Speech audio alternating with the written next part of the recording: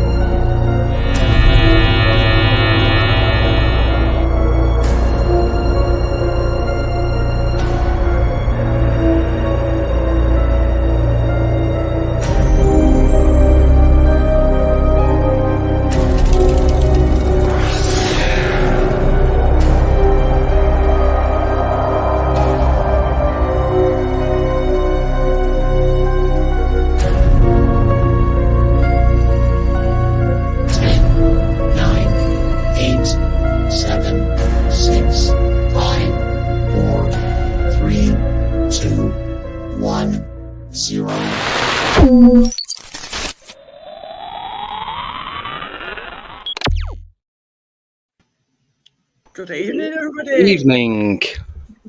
So tonight we are joined by the wonderful Jessica Jones, and she's now going to introduce herself. Yes. Well, hey. Hi, it's really nice to be here, y'all. I'm Jessica Jones. I am based out of the United States in Georgia. I'm a Bigfoot field researcher, and amongst other things, but I have been doing Bigfoot, Sasquatch, and paranormal field research for about 11 years or more, and been attuned to the paranormal my entire life. Yeah, I'm actually trained in remote viewing, and I do that pretty often. I also am a show host at Spaced Out Radio every weekend.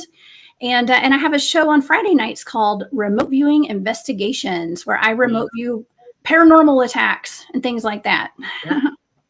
Yeah. So what's the first experience in the paranormal that you remember then? I do. Well, I kind of do. Yes. When I was a kid, I experienced ghosts. The typical ghosts in my bedroom and people talking to me that were not there. Yeah. That kind of stuff. And I also had a fascination with going out into my front yard and looking for UFOs when I was a kid. So, I lived in the country on a farm. And so the sky was very clear at night. And that was one of my favorite things to do. Yeah. Yeah. Wow. Cool. Funny how you knew about that when you were young, though. I have no idea. Yeah, it is odd, right? Because I didn't know a whole lot about it. I mean, I remember my first science project was on black holes. Wow. Right. Yeah, that was a little odd for a second grader, you know? Yeah. Different. It was. It was. I was a different kind of kid, I guess. Yeah. I can relate to that. Oh, yeah. So can I ask what got you into the remote viewing? Well, that's interesting. I did not even know what remote viewing was. And I was asked to join a team of Bigfoot field researchers out in the field. And we had a whole lot of very interesting activity when we were out there looking for Sasquatch. I had a profound UFO experience while I was out in the field in the middle of the woods. Right. And the head of my team is one of the best remote viewers in the world, in my opinion. And he decided, he knew, we all knew that more happened out there than us just spotting a UFO. There was more activity, but we just didn't know what. Yeah. And he decided it would be a good idea to train the entire team in remote viewing. So that we could look deeper into the experiences that we have out in the field. So we trained for the several years. It's been like I said, 11 years, and off and on for a long time. We have trained extensively as a team in remote viewing. Yeah, cool. Yeah, that is so good. It's different. I know there's different types of remote viewing. You can do kind of like the trance one, and is yours the one with where you get sort of a number, coordination number, and then carry from that? Yes, through? I've been trained in different modes of remote viewing. The main one that I use and the one that my team uses the most is coordinate remote viewing. And that is where we get a set of coordinates, or just a set of numbers. Yeah. And usually it's a blind target. So we have no idea what we're remote viewing at all. It could be, I do a lot of missing persons cases and cold cases, people who have disappeared or they died mysteriously.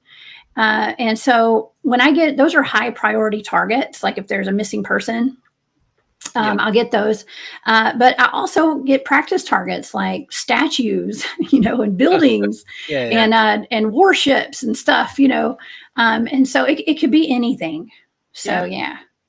I see there's a question that's come up from Ryan. Yeah. Just asking what remote viewing is. That's a great question. It'd probably be good to tell everybody since we're talking about it. It's actually locating a target by using, for lack of a better term, your psychic abilities. Okay. By using, locating a target that you don't know what it is. Usually you don't know what it is at all. By using your senses. Okay. Your extrasensory perception. Okay. And I mean, I also do targets. I know kind of what the target is, but I'm looking deeper into it, so there's different, and there's so many different modalities. I do coordinate remote viewing the most, but I'm also trained in enhanced remote viewing. And that is where it's almost hypnotic, kind of where you kind of go into theta state. And you have to be in a dark room and laying down, and you go in a trance kind of. So that kind of stuff. It's more channeling and stuff too. So it's a little different than the coordinate. And in coordinate remote viewing, we actually write everything down on sheets of paper. And there's charts for every bit of data that comes through. I mean, so if you'd like for me to explain how it works, I'll be glad to. So the audience will know and be a little more familiar with it. Yeah. So this is something that our militaries have used for many, many years. Okay. And, during the Cold War, Russia was using it. And of course, the United States had to use it too. So, but it goes all the way back thousands of years, really, when you talk about astral projecting and things like that. So it goes back to the beginning of time, actually. So, but the remote viewing like we do, it's structured. Okay. And so we have to write it down on, we write coordinate remote viewing targets down on paper. We have a chart that we write out. We do everything from automatic writing, where we draw ideograms, which are little signs and symbols that help us pull information out of the matrix. Okay. So as soon as I get those numbers, the coordinate, I will sit down and with my pen and a big stack of white printer paper. Okay. And because I go through so much paper. You do. I do. I have boxes of reams of paper downstairs. But I get a couple of good pens, and you write down the target numbers, and then your hand starts writing, and all this information floods into your brain. You start getting sensory data, which is like anything that you hear, You can smell. I've smelled things before. Yeah. Tasting things, hearing things, anything that comes to you. Song lyrics. Okay. Right. Yeah. Right.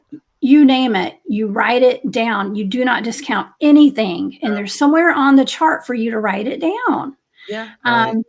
And so, I have located missing people. I have helped people find their missing dogs. It's really interesting. It's actually a lot of fun for me. It's my favorite hobby. Yeah. Okay. Yeah. But a lot of times it can really help people. And to see more into things that we don't understand as well. So that's where it helps with the paranormal field. Yeah. It's not just like you say, locating missing people, is it, as well? It's understanding the universe and what's going on. And yeah, it is. And it can be very draining as well, because, it really does use a lot of your energy when you're doing this. Yeah. You have to learn to protect yourself and energetically. And, and I have to be careful about some of the targets I do. I really trust the person who gives me my targets when we have like high priority targets, that they're worded in the way that when I'm looking for it, I'm not going to be put in harm's way. Yeah. Okay. Energetically, that is. Yeah. So, but like I said, it's a lot of fun. I've been lately doing remote viewing targets of alleged Bigfoot attacks on people and dogman attacks. We have dogman here in the US, and we have dogman here in the UK. Yeah. First of all, a lot of these things, I have to remote view it just to see if it's a true story. Okay. Because I've come across some that aren't true, and some that are kind of true, but when you remote view something, it's just psychically looking at whatever the target is from every angle, So I did download a book on learning how to remote view, but I found it so complicated. I was like, because I really wanted to do it, and I just found it so complicated. I kept having to put the book down and think about it, and I'm just like, I can't get my head around it. Yeah. Well, okay. So here's the thing with that. It is complicated and it is in a way, but once you do it, it's like riding a bicycle, and it gets to be very easy, and everything flows. But it's just getting the basics down, and it's better to do it hands-on. Okay. Yeah. So I did it with a group of people and with a very good teacher. Yes. In person. And we spent weeks doing this together, and I'm talking about where we would spend an entire weekend together in one place, and we'd wake up and do remote viewing until we went to bed, and we all went to sleep, and then we wake up the next day and do more. Practice makes perfect. Yeah. So it helps if you learn firsthand in person, and and I've actually taught one person remote viewing, and it was recently. And he was a friend of mine who came to my house. He taught me Reiki, and I taught him remote viewing. Okay. Yeah. Nice trade. It was a trade. I like trading skills. Yeah. So, but within one day, he had mastered 3 stages of remote viewing. He was hitting all the targets. Yeah. Yeah. And that was, I have to admit something, Deb, is that I did not go by the book when I taught him. Right. Yeah. And I because you know what you're doing, and you can sort of cherry pick the bits of information that he would need to do it without all the other bits of stuff that he maybe doesn't need. You can get straight to it rather than going through the whole procedure.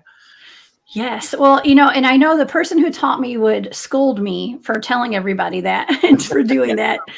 But do as I say, not as I do. Yeah. Yeah, but it worked. And really the ultimate goal when you're remote viewing is to hit the target. Yeah. Okay. Yeah. Now, if I can teach my friend to hit that target, all the targets, without having to go through all of the nitpicky stuff, like the way I was trained was actually similar to how the military is trained in remote viewing. And so it is very by the book, very nitpicky. Maybe one day I can help, come up with something, a way to teach people that is a little easier, Yeah. So we'll see. he's picked up, like 3 stages of what he's supposed to be doing. That's really good going. Yes, it's very good. Yeah, I mean, we have at least 5, sometimes 6 stages of remote viewing from what we do, and so the first 3, that was huge for me within a day. Yeah, so amazing. I was proud of myself, and I was proud of him. Yeah, yeah. Lovely. Can I just ask? So, when you do the remote viewing, do you get like an out-of-body experience when you're doing it? Sometimes, yeah, especially enhanced remote viewing, and that is where it basically is all out of body. So, right, okay. Yeah, you're kind of channeling more. Yeah, and yeah, it is kind of astral projecting, that kind of an experience while you're alert. So, yeah, while you're alert, and that takes a lot of practice. Yeah, I was just going to say that. Yeah. That's kind of like 2 opposites, isn't it? You've got to be alert to be able to write down what you're seeing, but you're also not where you should be. Yeah. Yes. Well, we usually wait till after the session is done to write everything down. Everything that we remember, we write it down after. Right. But you do have to remember, and and it's easy to fall asleep. Yeah. Right? Well, especially if you're tired. Yeah. I think I'd be doing more sleeping than viewing. Well, I have to tell you a little secret. When my team was learning this, we heard a lot of snoring in that room. Yeah, that'd definitely be me. But I think that just comes with practice, and so that's why we were learning, and it was going to be. We were expecting for people to fall asleep, including myself. It was me. I was snoring. Yeah, she admits it now. Yeah, I was probably one of those. So yeah. But so tell us how you got into sort of Bigfoot research, Sasquatch Bigfoot research. Yeah, well, you know what? It kind of just came up and showed up on my path. My mom was going to these meetings every Wednesday night at a friend's house where they had like paranormal conversations, and they would bring in a speaker every Wednesday to talk about ghost hunting, or even silver and gold and survival skills, and werewolves and whatever, metaphysical stuff. It was different every Wednesday, and so I would go with her because it was really interesting and a very intimate setting, in somebody's house. Yeah. And one week she called me and said, "Hey, there's some Bigfoot field researchers coming to Mr. Sam's house. I think you'd really have fun if you want to go with me. You need to go hear these guys. They really believe in what they're doing." And so I ended up going that Wednesday night, and there was a group of, I think there were 3 of them there. And one of them was the main speaker, the head of the group. And he had this amazing evidence of Bigfoot sign, and just Bigfoots in North Georgia where I live. Yeah. And, the footprints, hair samples. I mean, you name it. This guy knew what he was talking about too. So I had typical questions for these guys. I raised my hand. I was like, "Hey, like, why have you guys never found a body? Where's the body at? And where's the poop?" Stuff like that. Weird typical questions that the normal everyday person wants to know. Yeah. I don't usually ask questions about poop, by the way, but in that case I did. Yeah. So they saw that I was very interested in it, and one of the guys said, "Well, hey, we're having an expedition next month. Why don't you come join us?" And so what better way to see if there's really a Sasquatch out there than to go with a bunch of strange men into the woods that you don't know for a whole weekend. And I'd never really been camping by myself before, on my own. So I said yes, and I went.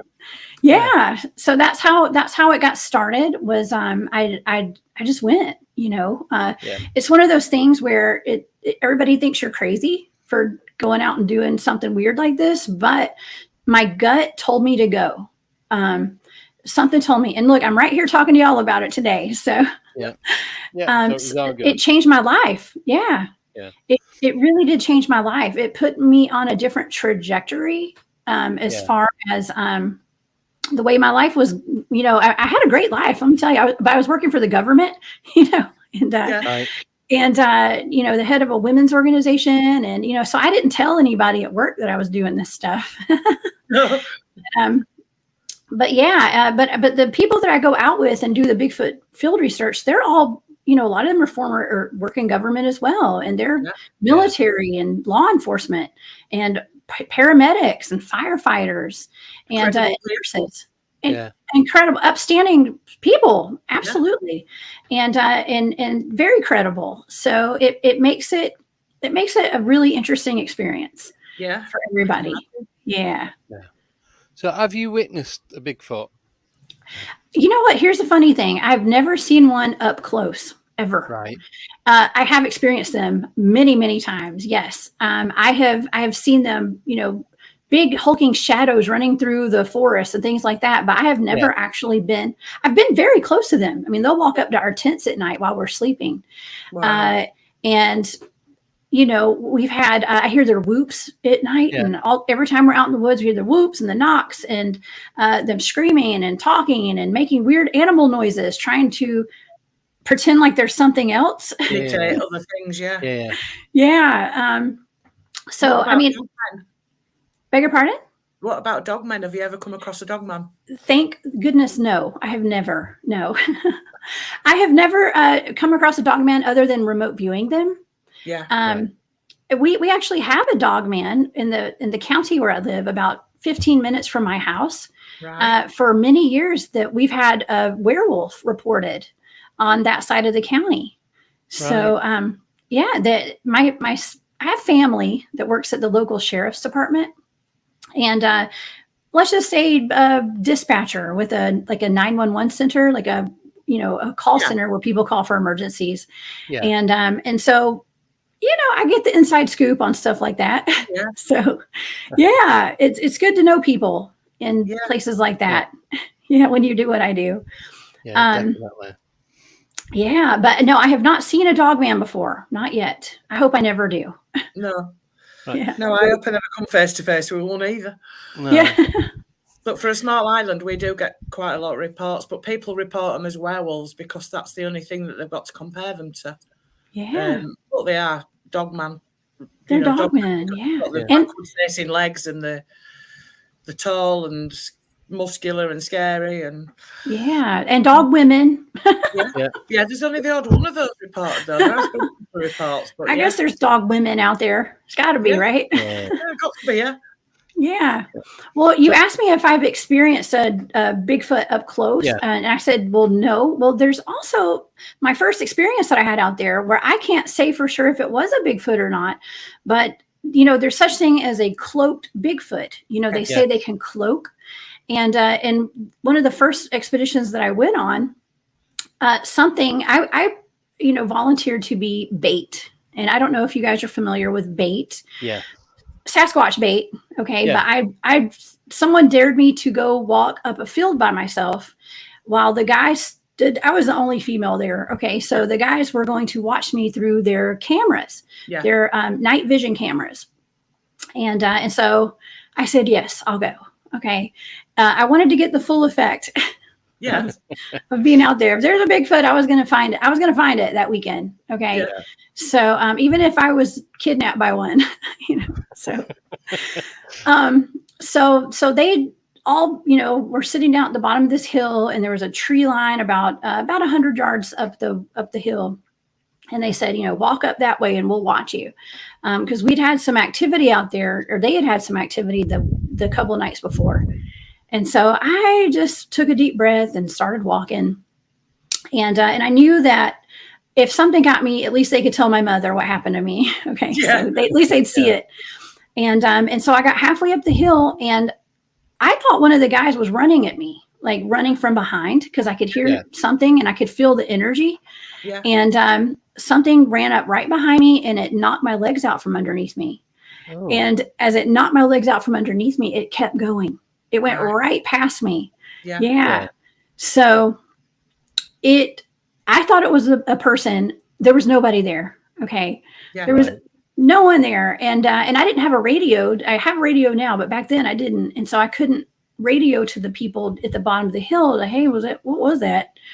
They didn't see anything, by the way. And so, and I looked around to make sure there were no logs. I didn't trip over something. Yeah. But I did. I kind of flung my arms up in the air, and kind of it tripped me up, and I stopped, and I thought, man, that was weird. Okay, that was really weird.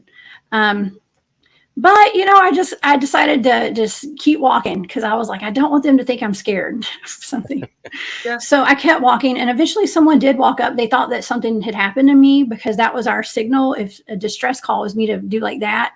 And I kind of did that a little bit, but I didn't mean to. And so, the conclusion was perhaps that could have been like a cloaked Bigfoot, but I can't say it was. But it was something. It was definitely something. I don't know if infrared picks up energy, does it? Or it's got to pick up solid matter, I think, hasn't it? Yeah, well, you'd think so. If the guys did not pick up anything on their FLIR, on their thermals. Yeah, they were watching me the whole time very closely. Yeah. Yeah. So did you hear it as it was going past? Did you hear anything? Yes. Oh yeah. It was like whoosh. I mean, it was like see, I did kickboxing back then, and we would do drills running around the gym and stuff where we would scoop our hand on the floor and do like a squat, and keep running and stuff. And it was like that. It was like something ran up and like scooped my legs, my behind my knees, kind of scoop my legs, and then kept going. Like, whoosh. I mean, you could feel the energy and hear it like whoosh, right past. Yeah. I seriously thought it was a person. Yeah. So yeah. Well, yeah, you would, wouldn't you? Because I mean, I know that you've gone out there looking for that, but obviously if something's come rushing up at you, you wouldn't expect that, really. No, I wasn't expecting it. But then again, we were having a lot of weird activity that night, and it just got weirder the next day. So yeah. Go on then. Tell us about that. Well, the next night we decided, let me finish with the first night. Okay. So because something else happened. So as I got up to the top of the field, one of my teammates, his name's Craig, walked up behind me by the way, they weren't my teammates at the time. I had not joined their team until the end of the weekend. They asked me to. But he walked up behind me and said, are you okay? It looked like you were in distress. And I was like, no, I'm fine. And I told him what happened. And he knew that my nerves were really frazzled, and so he walked with me and was telling me jokes and trying to make me laugh, and relax me. And so we walked up to the tree line, and as we walked up to the tree line, something got my attention, and I could not see into the tree line at all because it was dark. But the guys down at the bottom of the hill could, and so they were watching, and I was inclined to walk over to the corner of the field by myself. Yeah. And as I walked there, he said a gigantic Sasquatch peeked its head out from around the tree right in front of me. Wow. And they were watching that. Yeah. So directly in front of me, and nobody screamed and said, hey, there's a Bigfoot or anything. They were just observing. But I had walked right to it. And I did not see it until I was told later that evening what had happened. So that next night we decided to do an experiment at that field. And that's when I had the UFO experience out there. So that was what it kind of changed everything with the team, because they were a group of Bigfoot field researchers looking for Bigfoot, a Sasquatch. Yeah. Okay. But that weekend that we were out there, we had so much UFO activity and ET contact and interdimensional stuff going on out there that it broadened the horizons, let's say, for the Bigfoot team. Yeah. And a lot of teams even today are very kind of more closed-minded because they just were looking for a primate in the woods. Okay. Yes. Like a Gigantopithecus. Luckily for me, all my team is very open-minded, and we're really just observing and trying to find answers. The more we're looking, the more questions we have. Yeah, as usual. Yeah. So tell us about the UFO then. Okay, so that night, my partner and we decided he was, I guess he had a ghillie suit. You guys know what a ghillie suit is? Yeah, we do. Yeah. So he and I, he put on a ghillie suit and I put on camo, and we decided to go up into that field, and where we had seen, he was the one who spotted the Bigfoot actually. Right. The night before. Right. And so he and I went up to that field. The plan was to be dropped off around 3 p.m. in the afternoon, and we would stay there all day and all night. Yeah. And observing, blending into the environment, hiding in the tree line. Yeah. And it sounds funny talking about it, but we did it. But we were going to do that in hopes that a Bigfoot or a Sasquatch would walk out of the tree line and step on us, basically. Yeah. Okay. Well, we were going to have the entire group, which was a big group of people there, that we were going to have them hike up to that field and bring chairs and drums and didgeridoos and all that fun, loud human stuff. And to put their chairs up there in a circle and just make noise and act silly and act normal, in that field. So, in hopes that we would attract the attention of some Sasquatches, and they would walk up, and my partner and I would experience them. Okay. Yeah. We'd be able to see them. Yeah. Well, let me tell you, I don't think Sasquatches are dumb by any means. And they knew we were there the whole time. Right. I'm sure. Because we didn't get any activity, but we were there, all day, and it was a long day. And we had a whole lot of weird stuff happening where our equipment was changing time, where his clocks went forward an hour and my clocks went back an hour. Oh, okay. So we had, I guess you could call that missing time, looking back on it, but we just thought it was weird. And, and our batteries were dying, on all the equipment, of course, as usual. And, so we were sitting there waiting for the group to come out. They were going to come out around 9 p.m. or 10 p.m. that night. And while we were sitting there, we were probably getting a little tired, but I do vaguely remember feeling like I was going to doze off for a second. Right. But I didn't, I was like, okay, it was something came over me where I felt really tired. Yeah. And I took note of that, but I didn't make a big deal about it. Okay. Well, he and I started seeing lights in the sky, and we're in the edge of a field where you can see all the stars. And there were obviously crafts in the air that weren't satellites. They weren't airplanes. They were moving in triangular patterns. Okay. Above us, but they were way up in the sky. Yeah. Well, then a big white orb of light showed up on the mountain beside us. We were surrounded by mountains, like hills and mountains. And it was not October. Okay. October is the fall. And there were actually still a lot of leaves on the trees at that time. Yeah. They had not fallen off the trees yet. But we were looking at this light, and it was a big orb, and it looked to us as though it was, the first thing we thought was it was a vehicle. Okay. Yeah. And it was moving in a straight horizontal line back and then forth across this mountain right beside us. And we thought, okay, that's weird too. Okay. Because first of all, there's no trail on that mountain. Right. And if there is, it's not straight. Okay. And so there's no car there. We deducted there's no car. And then we thought, well, maybe it's a person holding a lantern. Okay. A very bright lantern. But it was moving in such a straight line. We're like, there's no way that's a person walking with that lantern. Yeah. But we were giving it the benefit of the doubt. And then we started realizing, wait a second, that's above the tree line. Yeah. It's not even because it would have gone behind the trees at some point, and it never did. Yeah. So we're just sitting there. Our logical minds are trying to make sense of what's happening. Okay. In addition to our clocks changing times and the batteries dying on everything, I happen to have my voice recorder, my EVP recorder, on the entire time. Thank goodness. And so I just had it kind of sitting beside me the whole time all this was happening. And, eventually, we thought, well, okay, that's weird. But the light eventually went away. Okay. Right. And the group came out, and they did their human loud thing with the didgeridoos and the drums and whatever else they had. Yeah. And we didn't have a whole lot of activity at the time, except the people that were out there making the noise observed 2 red lights in the tree line right beside where he and I were sitting. And they thought it was us. Okay. And it was not even 10 feet from where I was sitting. Wow. 2 red lights in the trees. Yeah. And so it wasn't a huge deal to everybody because they just thought it was us. Well, it wasn't us.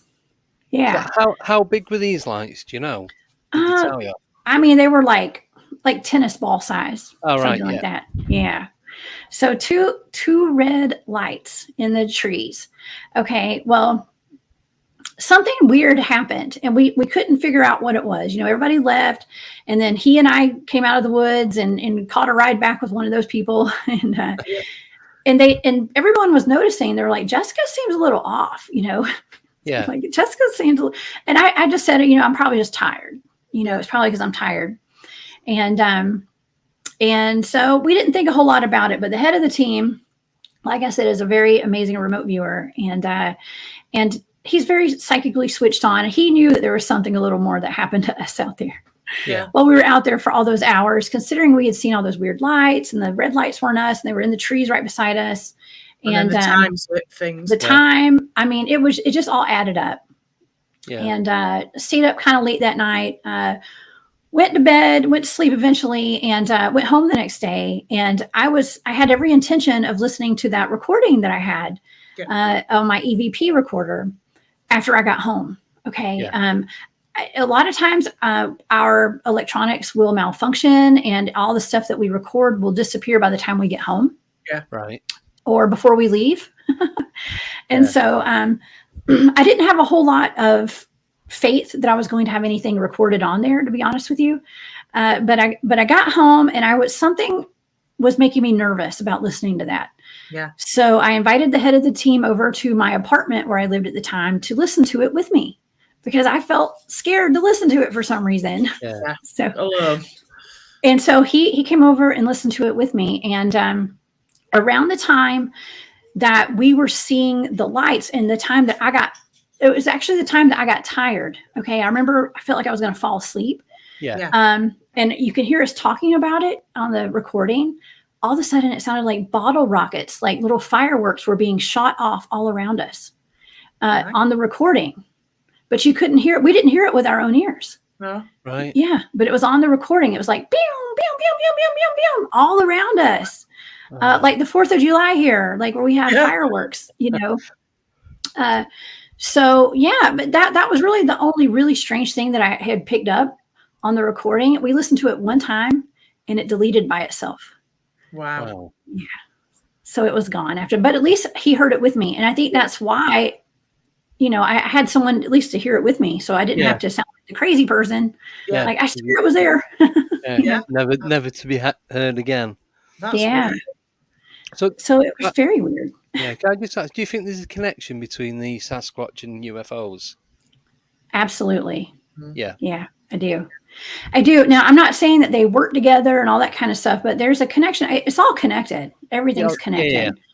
I have another team that I work with too. I'm a member of 3 different teams. Okay. Enigma Research Group, which is that group that we've all learned remote viewing together. Yeah. And then North Georgia Cryptid Researchers, and also Anomalous Studies and Observation Group. And but we all work together. We're all kind of the same people, but it's just in different areas of the southeastern US. Yeah. And so there's another team. We've actually experienced a portal opening up, and we documented it on film, and we sent people inside of it, and they came back out and lived to tell about it. So yeah. Did they report what was through there, or? Yes, they did. What was through there? Yeah. Well, they didn't know what it was. None of us did. No one knew what it was. This is in another location, classified. We don't give our locations away, but it was in another place that we researched called the Meadow. And for people who listen to like Coast to Coast AM and a bunch of shows like that, the head of my team, Trey Hudson, wrote a book about our research there. It's called The Meadow Project, Explorations into the South Skinwalker Ranch. Okay. Right. Can I just, someone's just asked a question. Yeah. Warren, I'll put it up on the screen. Yeah. I've seen him That's write him. it, and then Yeah, he's my research partner. Yeah. right. Oh, there we go. Excellent. Yeah, he's actually a remote viewer as well. He learned with me. Brilliant. Right. Yes. Thank you for Yes, that. so carry on, sorry. Yeah, it's synchronicities, right? Yeah, exactly. Yeah, so that's Trey. I'm on his team there. That his team is Anomalous Studies and Observation Group. So it's the meadow. That's your viewer was referring to there, and what I'm referring to. And there was one weekend where we were out in the field, and I had actually had to come home that night. I had been there for the weekend, but I had a small kid at home, so I had to come home and take care of him.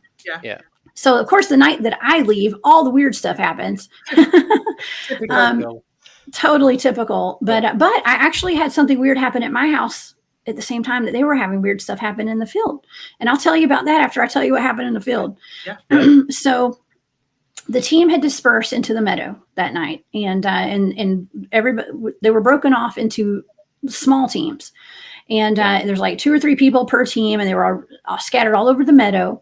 And this is a place where we have stuff going on, just like Skinwalker Ranch, very similar. We have Sasquatch activity, ETs, all these lights, orbs. We always have orbs all the time, everywhere we research, and so. It was, it was just going out there to observe. Okay. They were going to go observe. And that's usually what we do because there's so much weirdness and high strangeness. All you can do is go observe. Okay. Yeah. And so, and we do like the CE5, I think is what you call it, that protocol. We do that sometimes, but we have stuff coming. We don't even need that, most of the time. But they were out there, and some of the guys and my friend Kristen, they were sitting there, and one person, he observed a square showed up in the middle of an open field in his thermal or his FLIR that he was looking at, a heat signature. Yeah. And I think it looked like it was hot at first, I think. But it was a big cube. We call it the cube. Okay. Yeah. And he was like, okay, he thought his eyes were playing tricks on him. And he got another guy to check, and he said, okay, well, yeah, there's something there. Okay.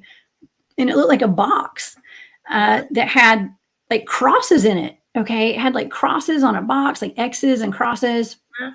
And it looked like a doorway on the front of it. Okay. It was the size of like a shed, like a small, like garage kind of like she shed or something, or a tool shed, and so Kristen actually got her FLIR out and started recording this thing. Okay. So she thought to record it, and they radioed over to 2 of the guys across the field, and they said, hey, there's something weird that just showed up. Can you guys walk this way? And so 2 of the guys, or 3 of them, walked over to this area where this cube had shown up. And in Kristen's film, on the video, you can clearly see their heat signatures walking up to it. Yeah. And they didn't know, they couldn't see it with their own eyes. No. Okay. They were, they just saw darkness, in the field.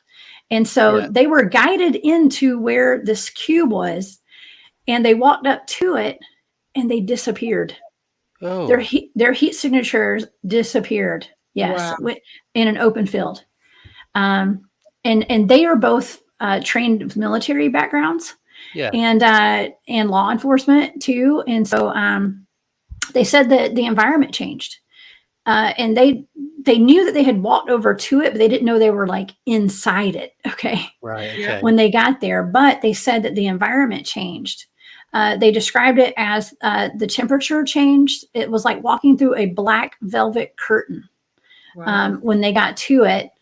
Yeah. They said that they could no longer see the stars. Okay. And the vegetation had changed on the ground. So it went from thick brush and briars to a smooth ground. Okay. Right.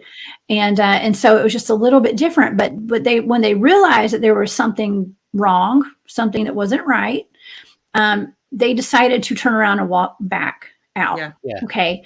And thank goodness they did, because within seconds, the cube shrunk down and it moved. Yeah. Oh, yes. Imagine that. Yeah. Wow. So, but they got out. Yeah. How long were they in it? Like seconds? It was not very long. It was under a minute. Yeah. Right. It was long enough to observe and get the heck out of Dodge. Yeah. Yeah, exactly. Yeah. Even a few seconds is going to be long enough, isn't it? Yeah, it is. Well, you don't know when it's going to close, do you? Oh, yeah. Well, we don't. And, we carry all this equipment and there was a radiation spike when they at the site. Okay. So, and I can tell you, both of them did get bad health problems after they did that. And one of them actually has passed away today. Oh. So, I think they got hit with a nice dose of radiation, perhaps. And, I can't, we're not linking my friend's death to that portal incident, but they did both. One of them got a heart condition and the other one got an aggressive form of cancer. That's quite coincidental, isn't it? Mm-hmm. Yeah. So, there is a big danger in all this research that we do out there. Yeah. It's not safe. It's really not safe out there. Yeah. Just not knowing what we're going to encounter. You hear about all these missing people, and that makes you wonder if somebody's actually, if you can't see it and you've wandered into it and it shuts behind you, that's you gone. Yeah. I was just you and I are on the same wavelength because I was just about to bring that up. Yeah. Yes, there is. If you guys are familiar with David Paulides, he wrote a series called Missing 411. Yeah. Yes. Well, this area is a location where there is a missing cluster, a missing people's cluster. Right. Okay. So it would absolutely 100% make sense that this could be one option as to where these people are going. Yeah. Because you can't see it. My question is this natural? Is this ET? Is it military? Is it our government doing it?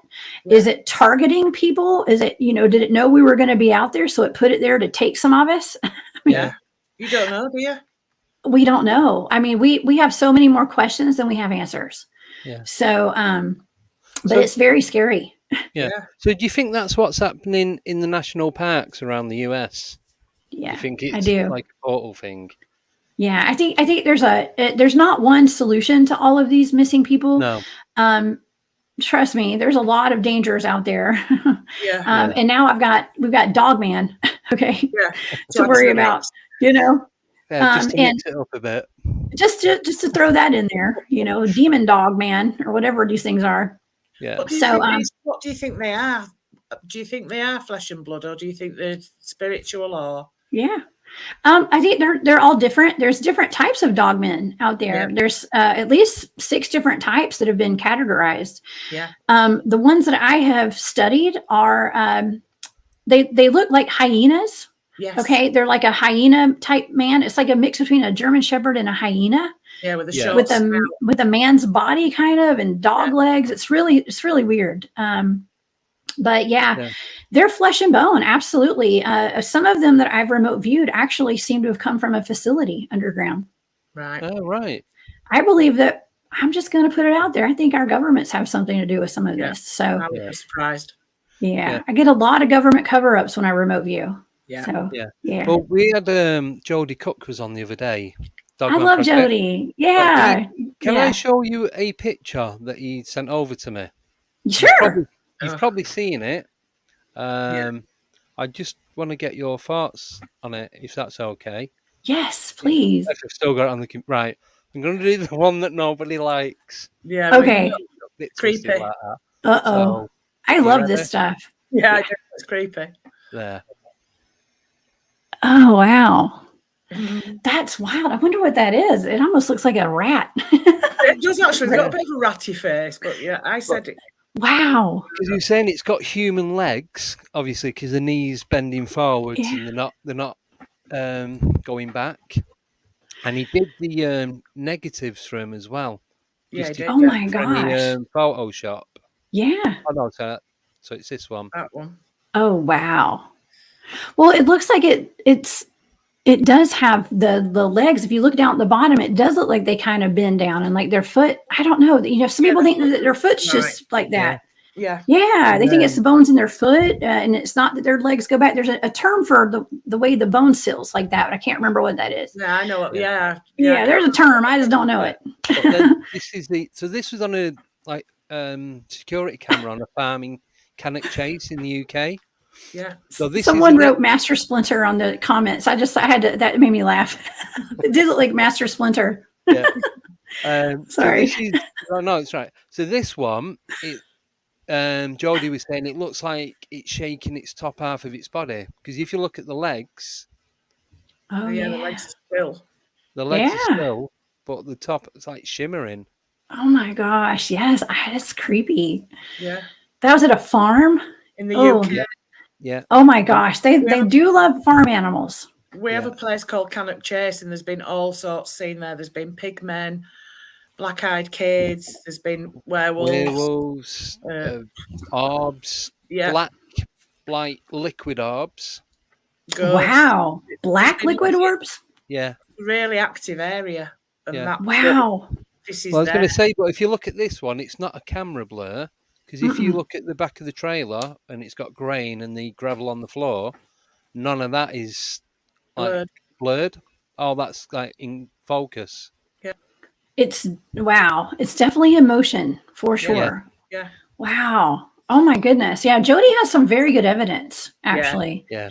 He does. I did not know Jody very well at all until I remote viewed the Beast of Land Between the Lakes here in the United States, Yeah. up in Kentucky. And I was asked, I don't know if I was asked to remote view. I did it for my show. Okay. It was one of my first dogman attacks that I looked into a dogman for my remote viewing show. Yeah. And I was so shocked at the data that came up, because there's a story of a family that was murdered and mangled by a family of 4, mangled by a dogman. Well, I looked into it just to see if it was real, and I could not believe what I saw. It was absolutely real. And so when I got done with that session, I didn't know what to do with this data. I had a lot of information that I didn't know what to do with it. And so I contacted Jody, and I told him, and he was like, okay. So I had people that were like, I don't know how you knew that, because we hadn't released a lot of that information. Oh, wow. About it. And I actually drew a picture of what I saw, and it was actually more than one dogman, or at least 2 that killed that family. Wow. Yeah. So, and by the way, I only detected 4 people in the environment. Yeah. There's talk of there was maybe one other person that witnessed it, but he didn't come up in my data. I'm just going to say that. Right. So, Okay. I think doesn't mean he wasn't there, but I didn't see him. Talking about. Yeah. I just didn't see him anywhere. So, but anyways, that was a very real incident. Yeah. So, so can I just ask? So, going back to the remote viewing. So, when you go there and you see all this, is it like you're dreaming, or is it like it's right in front of you and you're there as it's happening? Yeah, it's a whole lot of different things. Okay. Right. Oh, right. Yeah, it is. It is like I am there. Okay. Yeah.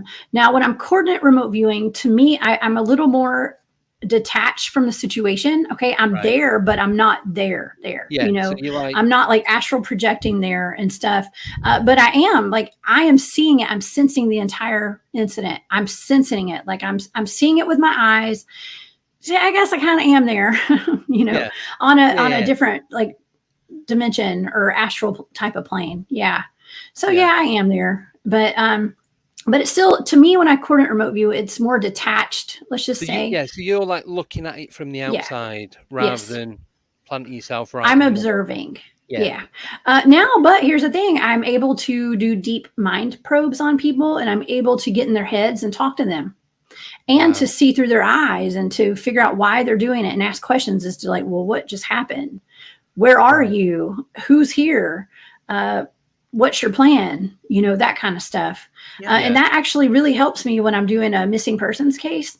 You know, if I can, or someone who was murdered, I can ask like, where are you buried? You know, where's your body? Or where did you go? You know, and I get data, like they talk to me. So I was able to actually do that with the Beast of LBL family.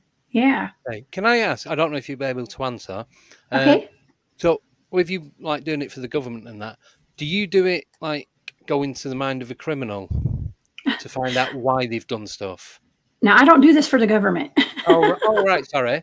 No, she's the No, I haven't been recruited yet. Right. Yeah, you might be though. Right. Sorry. I don't know. No, I do this for fun, actually. But I used to work in government, and this was totally Right, separate. got You know, I was the head of an agency for women for the government. Right. Okay, so it has nothing to do with Bigfoot or Dogman or remote viewing. Right. Okay. I kept it secret You from them. confused. Yeah. Well, I can see. But yeah, you were saying, do I get in the mind of a criminal? Yeah. I can. Have you? How? I do a deep mind probe. No, but have you gotten the Oh, mind of have a I? criminal? Yes, I have actually. Yes, I have. Right. I was asked to remote view. I was contacted, okay, by a family member of a young lady who was brutally murdered here in Atlanta recently. Right. Okay, this is over the past couple of years. She and her pet were both brutally murdered in a park. Okay, and not to talk about it really that much, but not to give details. But yes, I was able to see it was, by the way, this was unsolved, and the police were not giving any information out. Nobody knew what happened. There was a video of her walking her dog into the park about 2 or 3 in the morning. I think it was late, and she never came out. Well, you know what? I really don't want to talk about too much about it, but yeah. No. Because I haven't even talked to the aunt about a lot of this stuff who contacted me. Right. However, yes, I was able to get into this person's head. I even got his name. You know, I got all sorts of information. And so, yeah, that was one of the harder types of remote viewings to do, is to do that, and to have to get in the head of a killer. It's not fun. Yeah. No, I can imagine. Yeah. But at least I got information though. And I also was able to see that the police were not telling the truth about all of this stuff. Yeah. We had a serial killer in Atlanta. Yeah. So yeah, that was not the only victim. That's crazy. Yeah. Wow. Yeah. Thank you, Franz Ren. Yeah. Yeah. It's okay. Anything that I can answer, I will. Yeah. It's just because of the type of question, I wasn't sure if he was able to say anything or not. Yeah. So yeah, it's fine. Yeah. It's tough to do stuff like that. yeah. And because it's emotional, and Yes. and I am a human. You know, I think I am. Just kidding. You look human to us. I know. I say that my computer screen just kind of froze up a little bit. So, No, we're all right this time. It's fine. I'm a human, I think.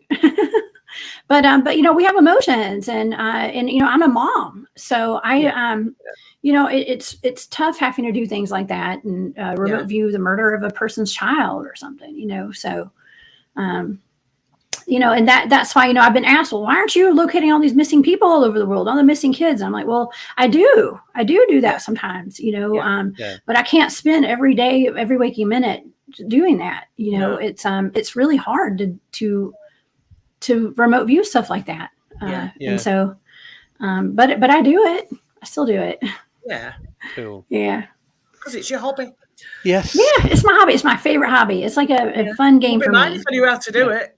Yeah, I do. I think I'm the only one on my team that really took off, and just I do it all the time. Everybody else is like, we like it, but not like Jessica. Yeah. I think that's why we do this. It's just a hobby. Yeah. People love doing it.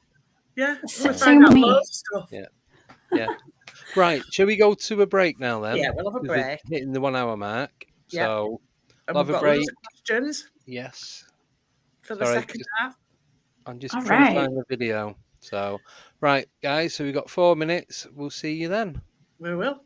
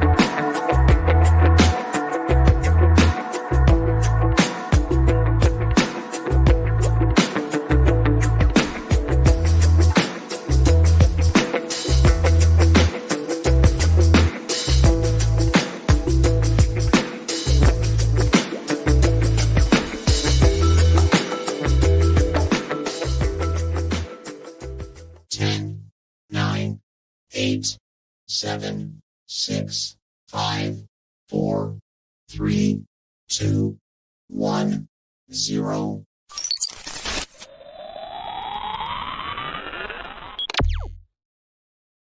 And we're back. We are. That was perfect timing. It was, yeah. Oh, Right. Let's get to the questions then. Yep. Okay, I'll ask the first one. From Warren. Jessica, great to have you on. Is there much difference between remote viewing and astral travel? Yeah, it's actually kind of the same thing. Astral travel is basically what we do when we're remote viewing.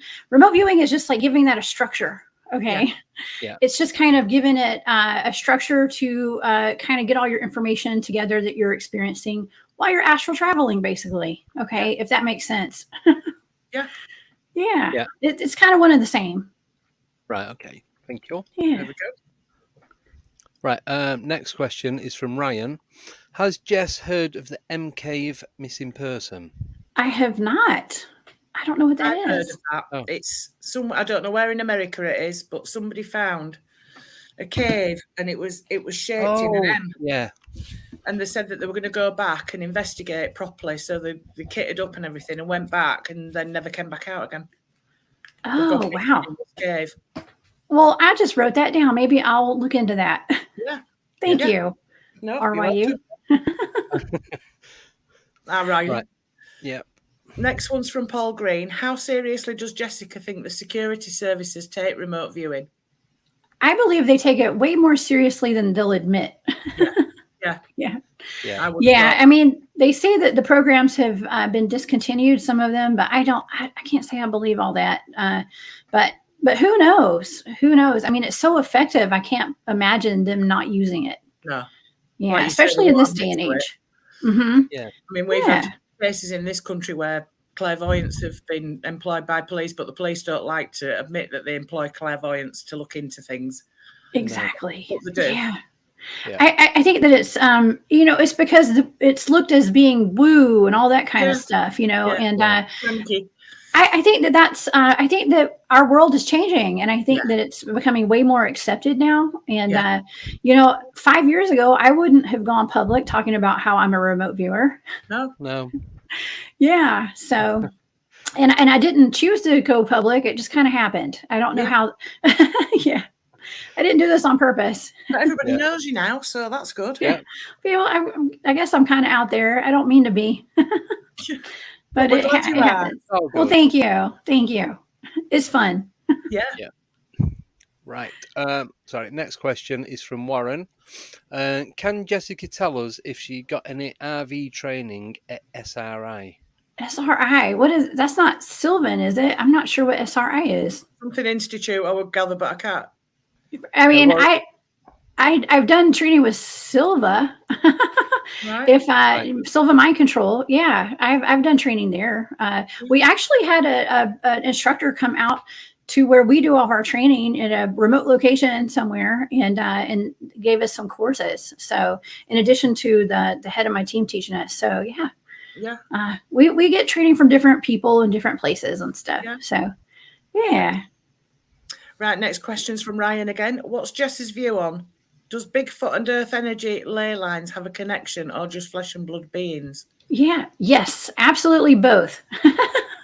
There is a connection. I'm not sure what all of it is, but there's definitely a connection. There's what we call quantum Bigfoot. Okay. Yeah. And I'm on board with everything that's very quantum, especially considering that I had that experience where there could have possibly been a cloaked Bigfoot that came up and knocked my legs out from under me. But that's not the only experience I've had that it makes me believe that they are interdimensional beings. I believe they are. I believe they can change their density and come in and out, or maybe they can do something where I mentioned mind control. Okay. Remote viewing is about mind control, but it's about controlling my mind, not me controlling other people's minds. Okay. Yeah. And I believe that some of these beings, the Sasquatch, ETs even, are able to do something to control our mind sometimes. And maybe they can do something where maybe we don't have the rods and the cones in our eyes, and they can kind of just disappear because we're not capable of seeing them in certain vibrations or something. I don't know. Yeah. Honestly, like I said, I have more questions than answers. Yeah. All right. No, Yeah. fine. Warren's just put it, Stanford Research Stanford. Institute. I have not trained there. No. Right. Okay. Thank you. Thank you very much. Yeah. Ryan's asked the same question, but this time about dogmen. With the ley lines? Yeah, the ley lines. Yeah. Well, you know what? It's a little, okay, this is going to sound kind of weird, but with my information, with my remote viewing data with Dogman, it's a little different than Sasquatch. Okay. Right. I haven't gotten a ton of like interdimensional data and things where they're coming and going and being more ethereal kind of. They're more solid and are more flesh and bone. And like I said earlier, some of my data was suggesting that some of them were coming from underground and were coming from facilities, some of them. And so it's a mix up. I think there's a wide variety. Not to say there aren't interdimensional dogmen and they aren't on these ley lines. I don't know. I haven't experienced that yet. Anything's possible. Trust me. Yeah. Anything's possible. I've seen some weird stuff. So I was talking about a theory of like ley lines being kind of like a spider's web when you step on one. yeah. You know, like you cross one or whatever, you kind of ping. Yeah, it kind of pings and something appears. Because I had a sighting in 1993 of, I don't know what it was, but it was huge. And it was what I would, if I had to be pinned down, I would say Bigfoot. But that, it runs close to a really strong ley line, as I've found out since. So I don't know if that's some correlation to seeing what I saw. Or don't know. It is. I think that it can be. Absolutely. Yeah. For sure. So I don't know. I know a lot of the places that we do our research are close to ley lines, we'll just say. Yeah. And so, there's something there. It is a part of a grid system of some sort. Well, it's their energy lines, aren't they, really? Yeah. So it's quite a strong energy given off by them. So, Yeah. Right, next question's from Paul Green, and it's, is there any Bigfoot connection with the military or government sites in the USA that Jessica is aware of? We do get a lot of, we get a lot of reports of that. I mean, not a lot of reports of them like working with the government and stuff. Now, I do get reports of people who may or may not have knowledge of this stuff. And they say that, especially with the dogman phenomenon, it's not so much Bigfoot, but the dogman phenomenon, they track them and keep tabs on them. And yes, I've heard that our government does track the migration of Bigfoot. Right. I've heard that before. And so there is a connection for sure. It makes you wonder whether they're tracking them because it's them that have, those are the people that have released them and they want to know what they're doing and what they're up to while they're out in the field, sort of thing. Yeah, for sure. I think we'd all be surprised if we knew the real truth. Yeah, I think we would, yeah. Are we ever going to get to the real truth, though, to be fair? I don't know. It takes, maybe if people like me doing remote viewing can come out and expose some of this stuff. Oops, sorry. Yeah. Right, I'm always doing that. There's an earthquake.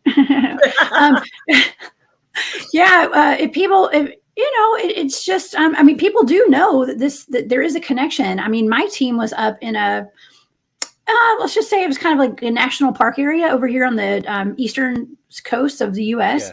And they were out in the woods doing some Bigfoot research one week, and they noticed a bunch of helicopters and these military guys dressed in what looked like SWAT team uniforms, military with the machine, like the AK-47s and all that stuff, came out of the woods with body armor on and stuff. Wow.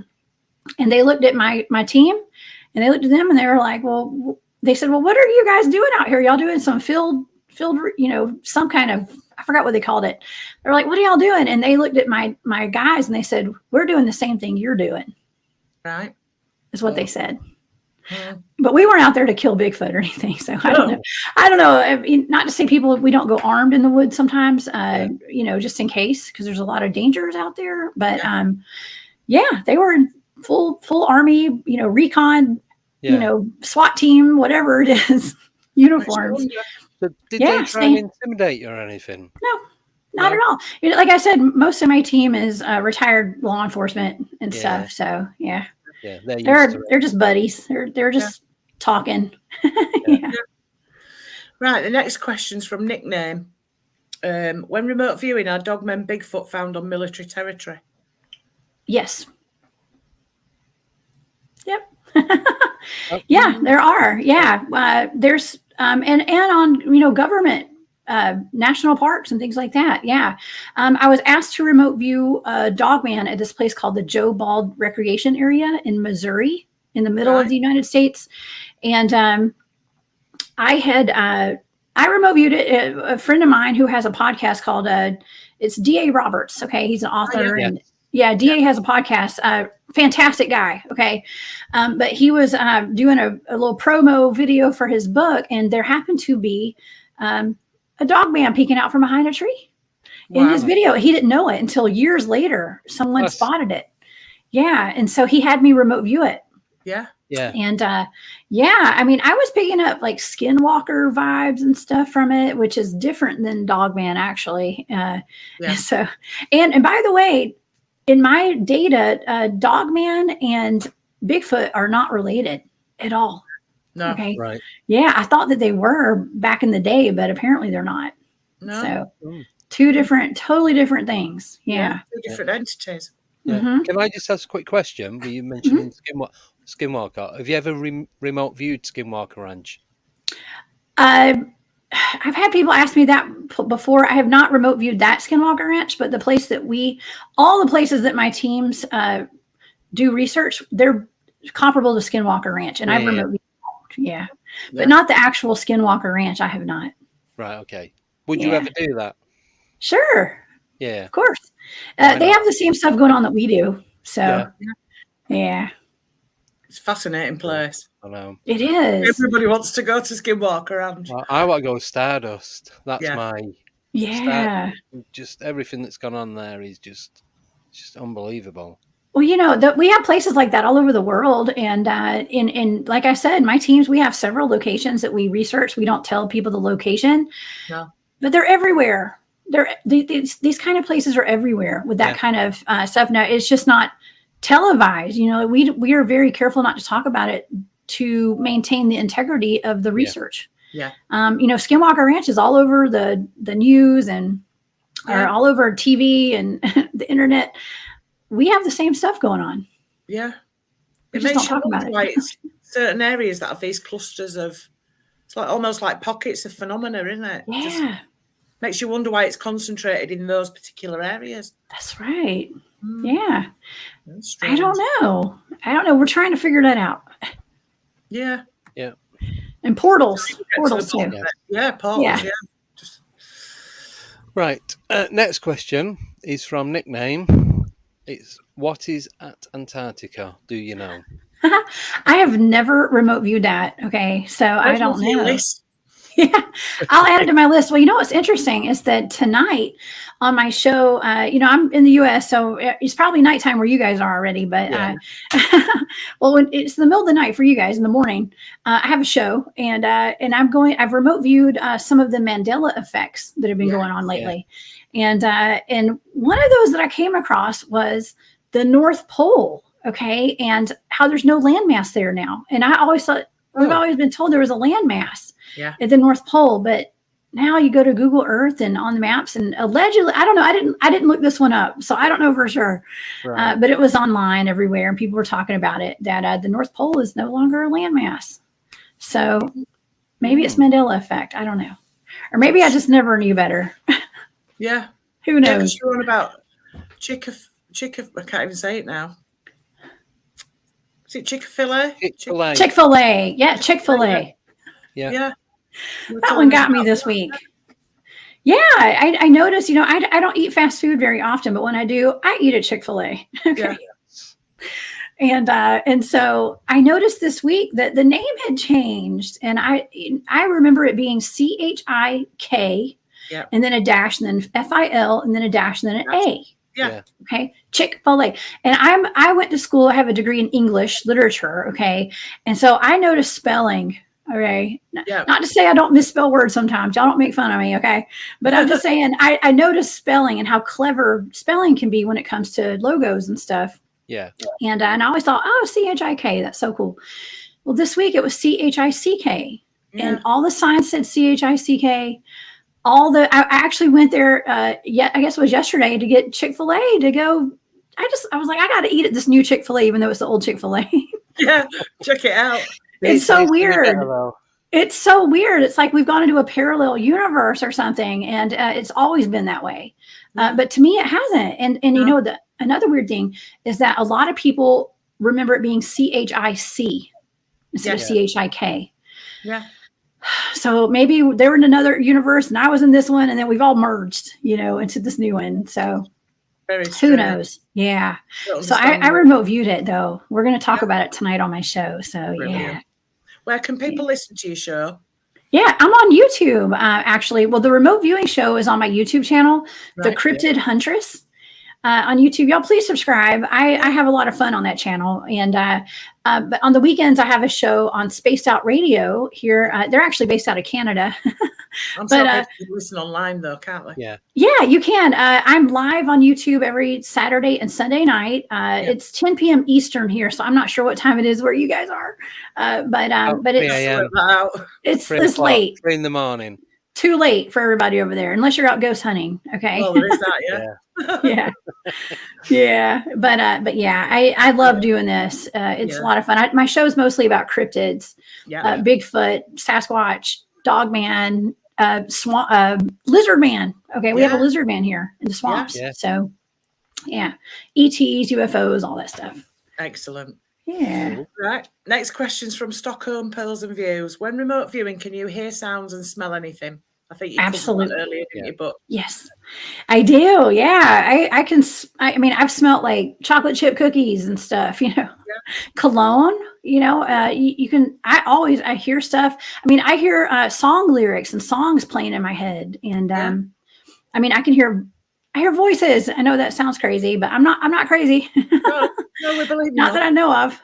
So, but yeah, you hear. It's all about, though, isn't it? Just picking up the atmosphere around you. It is. It's sensory. It's called sensory data, and it's all the senses. You're going, and that's why.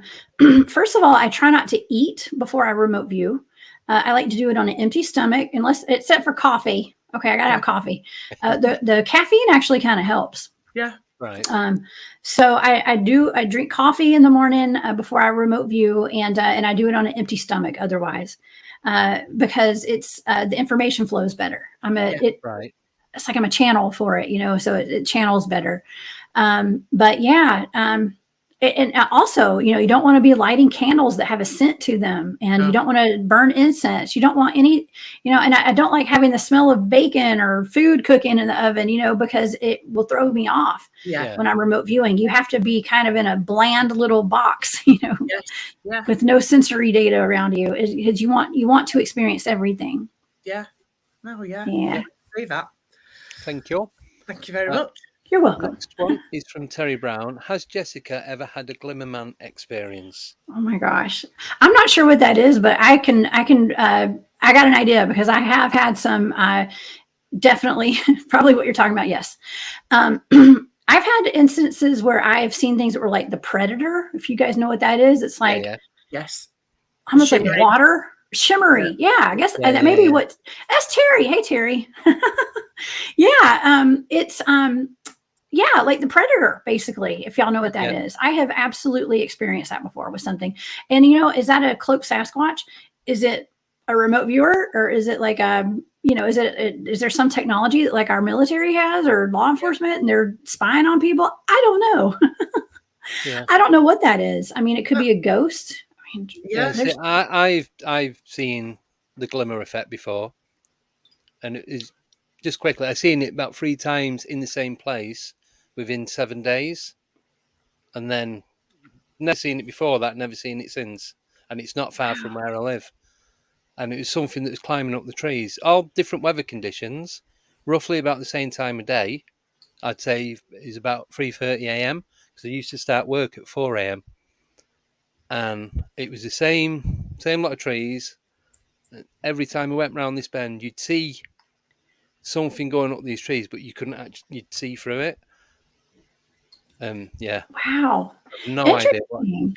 Don't know what it was. Yeah, there was one instance where I was when I was younger. I was in my 20s, I guess, and Yeah. I was going to sleep one night. I remember seeing like shimmery lights in the corner of my bedroom, and I thought, man, it was very shimmery, Yeah. and it was almost like fairy twinkle lights or something. And I just kind of discounted it. I was like, oh, I'm just tired, and I went to sleep. And later down the road, after I've learned remote viewing and everything, I actually think that could have been me remote viewing myself in the future into the past. Yeah, that was, and I've been convinced that could have been me remote viewing myself, actually. So with you saying that, is that possible? Mm-hmm. Oh yeah. Really? Oh, I never knew that. Yeah. You can go back in time, and can you go forward in time? Sure. Wow. Yeah. Yeah, you can. It's very intrusive. Right. Okay. Yeah, and honestly, I'll be very honest with you. That's why I haven't taught a whole lot of people remote viewing like on a mass scale, because it can be used for very bad reasons, to spy on people. And so the person that I taught, like I said, is a good friend of mine who taught me interdimensional Reiki and certified me in that. And the trade-off was me teaching him remote viewing. So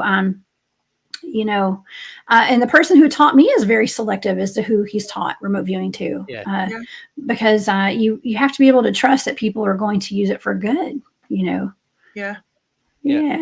I wanted to know, if you're out remote viewing, can you bump into other remote viewers? You could, absolutely. Actually, when my team will be practicing remote viewing, we've run into each other. Yeah, while we're all remote viewing at the same time. Right. Yeah, you can do that. Yeah. I've always wondered that, whether like you go somewhere to a location and then there's somebody else there doing the same thing, and how it all works. And yeah, I know it sounds crazy, it sounds weird, but it is what it is. Yeah, I've bumped into people. Yeah, so it was when we were all practicing and learning together. Yeah. Excellent. Right, questions. Sorry, I've gone off me. There we go. Yeah, this isn't quite, well, it's a question that Warren wants me to ask. So I'm really intrigued about the Dyatlov Pass, and he said that you've done a great piece on it. Thank you. I did. I remote viewed that. Oh, wow. Can you talk about that? Sure, I'll be glad to. That was actually one of my most interesting shows. I did a show on it. You can find it on my YouTube channel under Remote Viewing Investigations. Dyatlov Pass. Yeah, I looked into that because there was a rumor, and people have always thought that maybe it was a Yeti attack. Okay. Yeah. The Russian Yeti, and so I wanted to look into that and see what happened. Well, what I did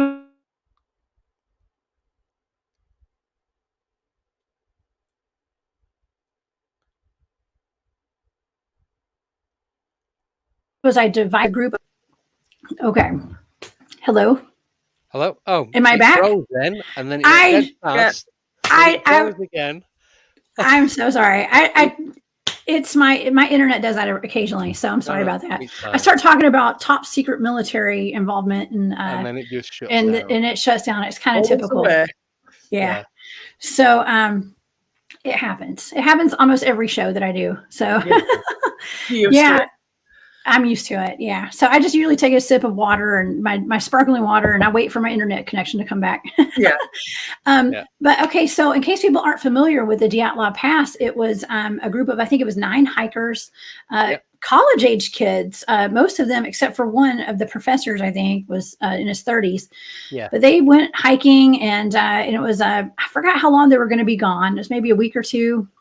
And, went up into the Ural Mountains, okay, and they ended up getting off course at some point, okay, and there was kind of like a blizzard, all right, and they didn't hit their mark when they were supposed to come back home and check in and send a telegram. They didn't, okay, so search teams were sent out to look for them.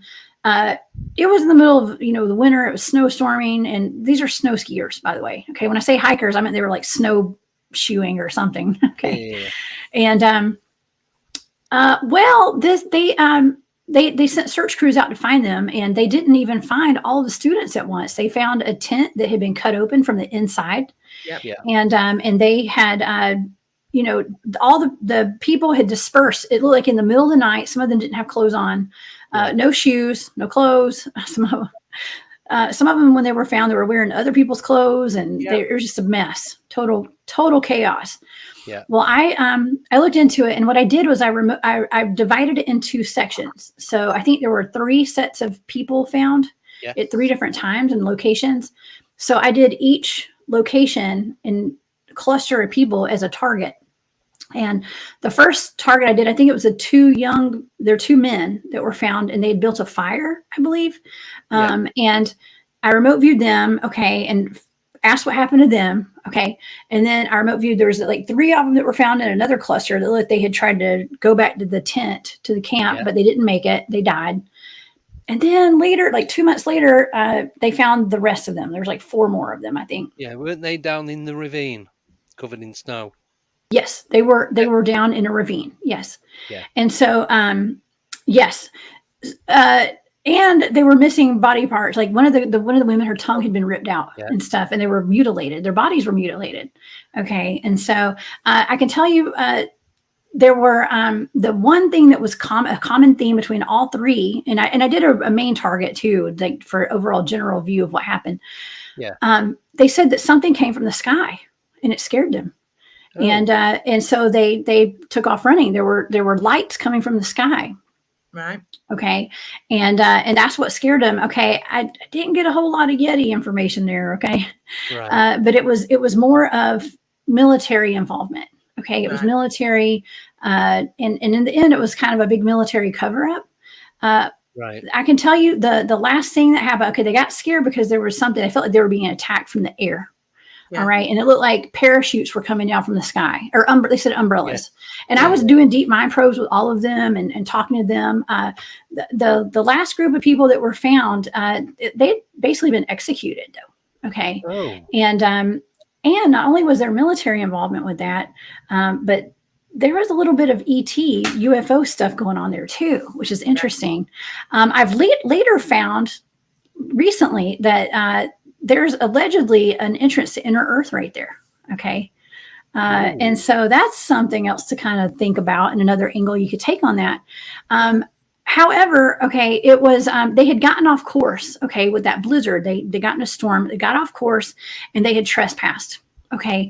They had trespassed in an area they were not supposed to. It was a no-go zone. They weren't supposed to be there. And they were basically attacked. And they were kind of killed by the military. But wasn't there like tests and that going on by the military a few days before?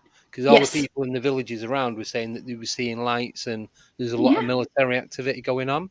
Yes. Yeah. There had been, like I said, there was a lot of military involvement, but, I think that they would have been fine had they not gotten off course. Yeah. They overstepped their boundaries. They were in a place they weren't supposed to be. And they went about a mile off course, didn't they? And they couldn't get back because of the weather. Yes. Yeah. And the poor woman who had her tongue was not, it didn't come out because of the cold or anything. It was removed. Okay. Yeah. And I asked her what happened. She said that a very evil, soulless being is what she said. An evil soulless being mutilated me while I was still alive, is what she told me. Oh. She said that they mutilated all of them before they died. Yeah. And so, it was, I think they were the last group. I think whoever did that was trying to send a message, like, don't come back here. Yeah. But I think also their bodies they tried to kind of hide their bodies and cover them up, like the last 4, but I don't know. It was definitely military involvement though. Yeah. And it actually went back. I was seeing a bunch of like Russian military involvement and stuff. And I was getting some names and stuff. And I was like, I can't even say these names on the air. They're going to come after me. Exactly. Yeah. So, yeah. Can I just, because there was a photograph taken, wasn't there, of what everybody was saying was a Bigfoot? It was a cover up. I believe that turned out to be, they said that something was stalking them and following them. Well, I believe that was, there was a lot of cover up. Okay. Yeah. Some of the cameras went missing. And I think that some of the people involved on the military side had tried to, I think they kind of came up with a story about the Yeti. Well, the indigenous people there had a real fear of the Russian Yeti. I forgot the name of it. The minks. I think it was called the minks. Yeah. Right. And so it was a real threat, but that picture, it looked more like a person in a snowsuit. Yeah. I thought that. Yeah. But hey, in a lot of these targets that I do, usually Bigfoot and Yeti are just a scapegoat for bad humans. Yeah. Yeah. Yeah, not the genuine. Yeah. Thank you for that. We've got Welcome. Can't get my cursor moving. We've got a question from Valiant Loney. Jessica, are you familiar with a cryptid that looks similar to Ludo from Labyrinth? The rake. Yes. I believe that would be the rake. Yeah, I am. I have one of my teammates that lives around the North Carolina or South Carolina area. He thinks he might have had one on his property actually. Wow. And has some video footage of one, some still shots actually. Yeah. So I'm familiar. Yes, it's creepy. Yeah. Never seen one, but I've seen video. Out there. Yeah. So where do you think all these are coming from? All these different cryptids? I think they're coming from all different places. I mean, honestly, like I said, my team has encountered a portal. I think a lot of them are interdimensional. And so they're coming and going. Yeah. Perhaps out of portals, or a lot of these things, like we're seeing modern day dinosaurs right now. Okay. A lot of people have reported sightings of pterosaurs all over the world. Yeah. And I've remote viewed that, and I did a show on pterosaurs in the modern day, and like the Loch Ness monster, things like that. They say that they've always been here. We just have not been able to see them. Yeah. Right. Okay. I know that sounds a little weird, but my data was suggesting, with the pterosaurs, they've always been here. We just weren't paying attention, or we just didn't see them, which sounds kind of crazy, but I don't know. I'm on the interdimensional woo side of things. So I believe that a lot of these things are coming and going out of probably portals. Yeah. Yeah. You see, there's a lot of people in our chat that disagree with that, but I'm kind of like still on the fence with it, really. It's okay. You know what? There's no right or wrong answer to me, honestly. And I am okay with people, having discussions about it. And, like I said, the dog man, I don't find a whole lot of interdimensional activity with them. And I think that, like I said, our government has a lot to do with some of these cryptids, and companies, or maybe they're creating some of these things. I don't know. Like these modern day dinosaurs. I know there's the thing you never know. Like dogmen being sort of dog soldiers, military hardware kind of stuff, because they've been shot at point blank range, haven't they, when they've been found, and nothing happens. It's like bulletproof soldiers. Yeah. Well, we even have giants. We've had giants. I did a show on the giant of Kandahar not too long ago. Yes. And that the giant of Kandahar actually took out an entire army troop. That went. Actually, I believe that troop was actually looking for them, though, to get a specimen. I guess you can say. They went straight to the cave, didn't they? They did. Yeah, I remote viewed it. Yeah, they did. Yeah, was that the one in Afghanistan? Yes. Yeah. Yeah. My data suggests they came from inner Earth, and they live in those caves. And I was getting a lot of information like Elysium and New World Order and all this kind of stuff in my data. And I was like, well, this was kind of weird, but an explanation could be that they're wanting to get a specimen to make super soldiers and things like that, and to get the DNA out of it. And what I found really interesting was that they had a helicopter waiting to go with a net on it to extract the body. Yeah. As soon as they found it. I mean, why would they have had that? Exactly. On call? It didn't make sense. Yeah. It's so crazy. Because I've seen things that I don't think should exist, and in places that you won't expect to see anything.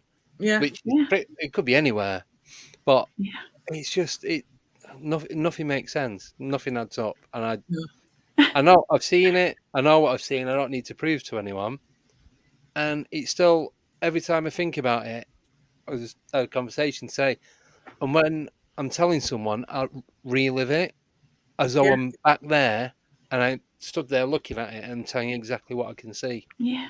And it just brings everything back. And it's awesome. There's a lot of mysteries. I love that. I love that part of it, though. Yeah, I love the not knowing. Yeah. Yeah. Oh, yeah. That's the best part. Yeah. Because if you know, it'd be boring. Oh, yeah, it would, yeah. It'd We'd get know boring. everything, and then that'd be that, wouldn't it? We wouldn't have anything to discuss. Yeah, it keeps me going. I mean, just the mystery of everything. You know, if we did get disclosure on all of this, and there was a body of a Sasquatch, and there was one being held captive that we could all see, it would totally ruin the mystery of it, right? Yeah. So, yeah. I'm going to get in touch with you, actually, Jess, because there's a case that I'm sort of working on, and I could actually do with a remote viewer to go see what was what. So if it's okay with you, I'm going to get in touch and give you some details. And if that's all right. I'd love to. Yeah. I mean, please send it to me? Yeah. Would you want the whole story behind it and then go have a look, or do you just need? I don't know what you'd need really. Yeah. I'll discuss it with you. Whatever you want to give me. Yeah. I mean, I can be front loaded. It's okay. Yeah. Right. That's fine then. Super. Thank you. Yeah. Right. Next question is from Ancient Ruby. Do you remote view with your eyes closed or open? It depends on which mode I'm using. Coordinate remote viewing is eyes open. Unless I just am concentrating too hard. And then not. You know, and but yeah, with enhanced remote viewing, I actually wear like a blindfold. Right. So All right. like one of those things you wear when you sleep. And Yeah. So Cool. it just depends. Thank you. Yeah. Nickname wants to know, what is a shadow person? If you know. I have no idea. I don't know. You know, a shadow person to me, people have asked me if remote viewers are shadow people. You know, if you see a shadow person, is that a remote viewer? I've heard that's a theory. I'm not familiar with that. So I'm going to say no, but see, I don't know everything. So I have no idea. Yeah. I think, you know, I have known of people seeing shadow people. I have seen one. I've seen a shadow person myself, right? And it felt very negative. It was a very lower vibrational energy. Yeah. I try not to associate with those. Okay, thank you. Right. Next question from Space Cadet Lottie. Has Jessica had an experience with the Fae or elementals? If not, have they ever come up in the remote viewing data? Got there in the end. Yeah, you know, not that I'm aware of. You know, one of the guys on my team actually has video of little people. I guess you call them little people running through the woods. And you know, the interesting thing is a lot of times when we see things like that, it could be elementals or it could be ET. Okay, so it's not always distinguishable. So we're not sure. I have never seen a fairy that I know of. Okay, but I'm not sure I have, to my memory, have had an experience with elementals like that. Now I have experienced some weird stuff that I can't explain, and I don't know what it was. So you never know. But no, they have not come up in my remote viewing data yet because I haven't targeted any of that kind of stuff yet. Right. Yeah. Thank you. What would you say your most interesting cases up to date? One of the weirdest ones I've done is called Mel's Hole. Okay. I've heard of that. Yeah, that's a weird one. Okay, I did a show.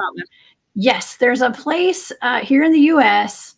Can't remember where it is. It's either in Washington State or Wyoming. I think it's Washington, and over in the Pacific Northwest corner of the country. And there's just a big hole. It's like 9 feet wide, I think, and it's the weirdest thing I've ever remote viewed. Actually, I brought an extra remote viewer in to remote view it as well because the data was so weird. Okay. It was like a hole that didn't have a bottom to it. Okay. There was no, it was an endless hole on a piece of property out in the middle of nowhere. And people that live there would just throw like appliances down in it and cars and whatever, just a whole bunch of trash. And eventually there was a guy, one of the neighbors of the property, threw his deceased dog down in this thing. Oh, okay, which is horrible. I don't know why anybody would do that. No. He didn't feel like digging a hole, I guess. But Yeah. anyways, he threw his dog down there, and within a year, he saw his dog roaming around the streets with Wow. the same collar on. Yeah, Really? alive. Yes. Oh, so did Yeah. did he go back to his house? No, he was with someone else. It was like he was the pet of someone else in town or something. It was Ah, right. Okay. weird story. Yeah.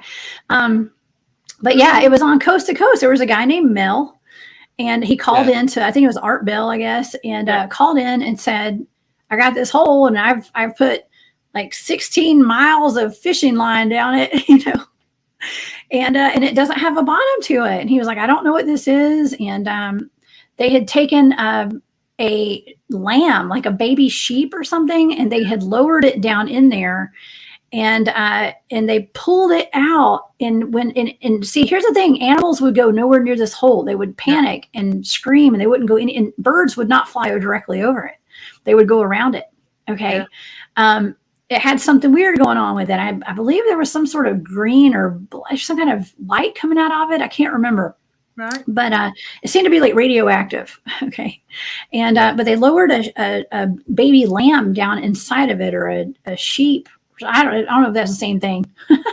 But baby sheep. Baby sheep. Okay, so they took it down in there in a little crate, and it panicked, and it didn't want to go, of course. And they took it down, they put it down, and then when it got quiet, it obviously had died. Okay, unfortunately, they pulled it up, and they they dissected it on the spot. Okay, because it had this like lump on it or something. I forgot what it was, but they opened it up, and a tumor, they called it a tumor seal, came out of the body, and it had like human eyes, and it looked at the two men, and then it jumped back into the hole. Okay. Oh. I know. They called it a tumor seal. I know. So I'm telling you, that was like the weirdest thing. I actually remote viewed it. Yes, there was a tumor seal. There was. Yeah. Wow. It was but it was interdimensional. Okay. So the hole turned out to be, it's like a wormhole, basically. Right. Yeah. That's weird. It was very weird. You guys have to watch that. Let me tell you, the jokes were endless too. Of course, when I said I was going to remote view Mel's hole, I mean, I got jokes for weeks. Okay, on that one. It was terrible. I should have called it Mel's cave or Mel's something out there. Yeah, Mel's well. Mel's well, yeah. But that was fun. Yeah. But, yeah. So with you talking about that, have you heard of Huska Castle? Have I heard of it? Have you heard of it? Huska Castle in I think is it Croatia? I don't think I've. It's a castle, and there was a hole. Apparently, this was bottomless as well, and they've had to seal it because there's all these different things coming out of it. They got a guy from prison. They lowered him down on a rope. When they brought him back up, he'd aged about 30 years, gone grey, and never spoke again. Wow. That's interesting, because they actually, they say that a man was lowered down in one of these holes, because they ended up having two Mel's holes, okay? Because the government seized the property of the first hole, okay? And so he moved to another state. Maybe that's where the Wyoming thing came from. He moved to a different state, and there was a hole on that property.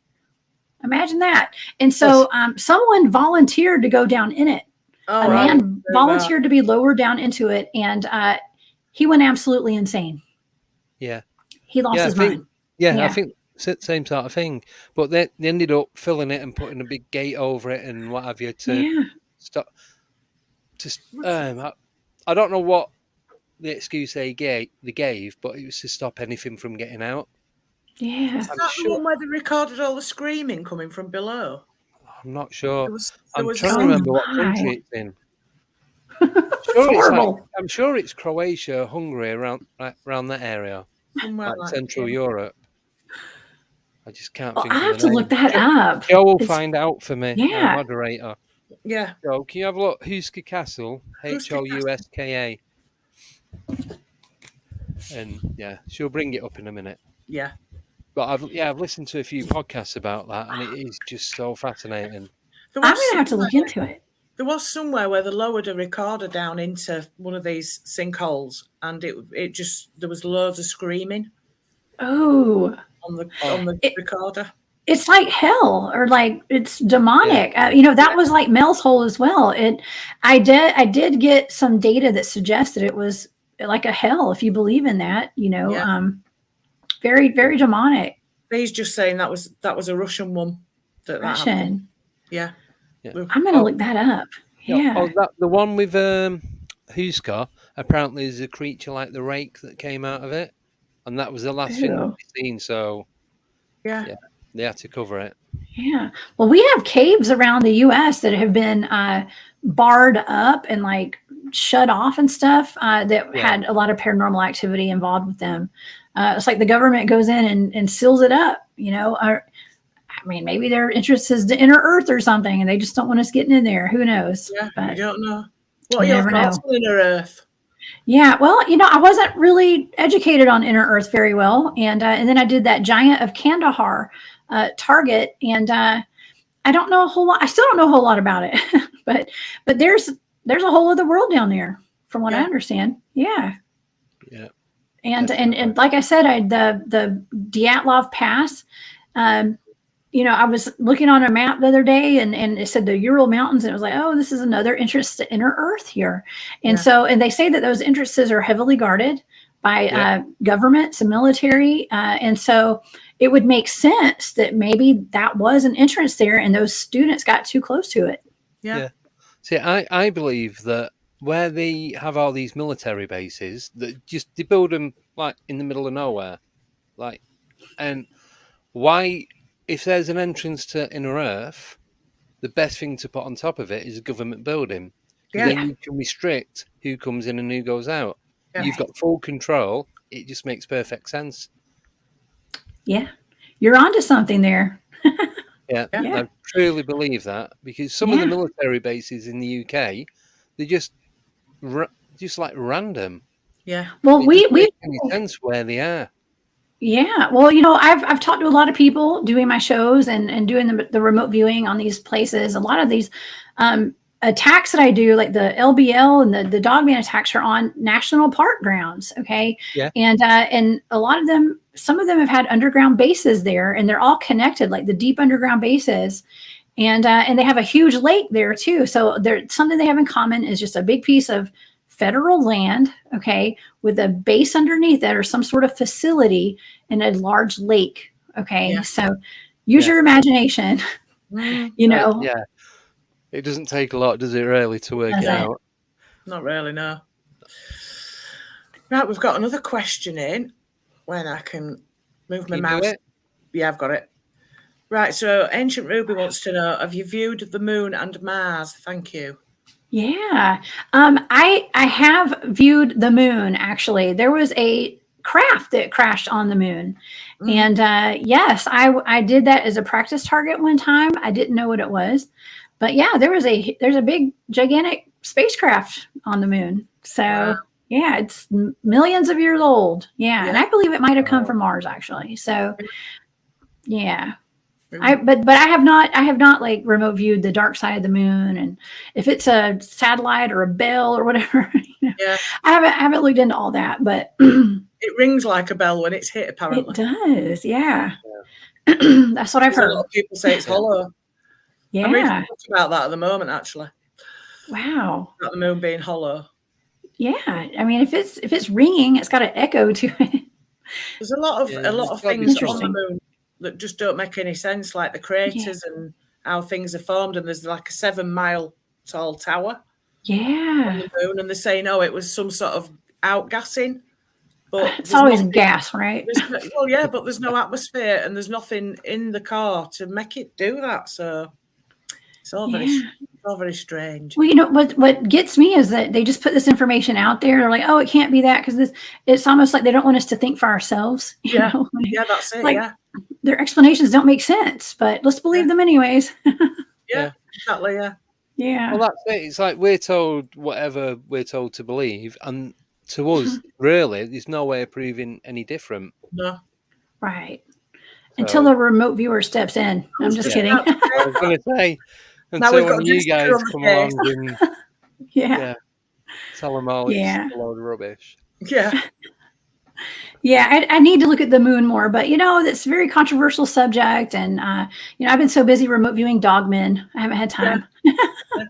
Get it on your list. Any dogmen on the moon? Yeah, probably. I mean, there is, a lot of my data, not a lot, but some of it recently has had a lot to do with the secret space program. Right. Oh, right. Yeah. That's And interesting. it has to do with the underground bases where these dogmen are being seen. Yeah. So I don't know the connection, but there's something going on. That'd be the dumbs then, is it? Yeah. Yeah. Yeah. Yeah. That worries me. Yeah. Yeah, sorry, go on, Andy. No, I was going to say we've got 2 more questions, and that should take us to the end. Yeah. Oh, we've got 3 more questions. That'll take us to the end. No more questions. Right. This one's from Joe Weeks. She wants to know, can you remote view the oceans? If so, and if you have, is the megalodon real? I can, and I have no idea, but I can look into it. I mean, we've heard they're real. Yeah. So On the list. why not? Yeah. Why are they not real? But that'd be fun to remote view, actually. Yeah. Big old shark. Yeah. Yeah. Right. The next question is. Not so much of a question, but No, it's just Ancient Mars. Ruby saying remote Mars. Jessica, Yeah. very interesting and also alarming. I will. I'd like to do that. There are certain topics that I kind of stay away from for my show that I do because, I just don't want to get that knock at my door. Okay. Yeah. So, Yeah. You've got to I try to keep it light and fun. Okay. Like dogman attacks, like I said. yeah. lots of family fun there. Yeah. Loads. Yeah. Yeah. I'm kidding. It's gory. Yeah. I can imagine. Not good. No. Right. So then the last question will be from Space Cadet Lottie, and she wants to know, has Jessica ever had dragons come up in the remote viewing data? Oh man, not yet. That's another good one. Oh my gosh. Okay, you guys are giving me such great ideas. Y'all please tune into my show on Fridays. Definitely. I'm going to be going down this list, okay, the next few weeks. So dragons, that's a great one. No, I have not yet, but I haven't looked for them. I mean, when I do a target, I'm very tuned in, like I'm honed in on that one target. So I have not had dragons come up yet. Right. Okay. Thank you. Sorry. Quickly, V is asked a question. I've not seen it. No, I haven't seen it. Can you, if you rewrite it, and then we'll do it quickly? Yes. Is that okay? Right. So give us the times again and what your channel name is, and we'll put the links at the bottom of the show. Yeah. Sure. Okay. I think did you send me the links? I'm sure I've put them in the description, but I'll re-add them again anyway, and I'll put them on Facebook. I think I did. It's the Cryptid Huntress on YouTube, and I'm on. I've got a Facebook page, and I run my shows there. But of course, I'm on Spaced Out Radio, so go to their site on YouTube and subscribe too, so you can see my weekend shows. But yeah, the Cryptid Huntress, I do remote viewing investigations on that channel, and that's on Friday nights. In the U.S., it's 9 p.m. Eastern. Okay, 6 Pacific here. In the UK, it's going to be different, of course. 3 a.m. 3 a.m. So you have to catch it the next day, probably. Yeah. And then on Saturday and Sunday nights, I'm on Spaced Out Radio on their YouTube channel. And that's my show called Off the Trails on Spaced Out Radio, 10 p.m. Eastern, 7 Pacific over here in the US. Would it? Yeah. I've just got all your links. I've just Thank copied them, you. and I'll paste them on there when we finish on here. Thank you. Yeah, no worries. Right. Not coming up, V. It's immediately above Deborah Singleton. No, it's immediately above Lottie.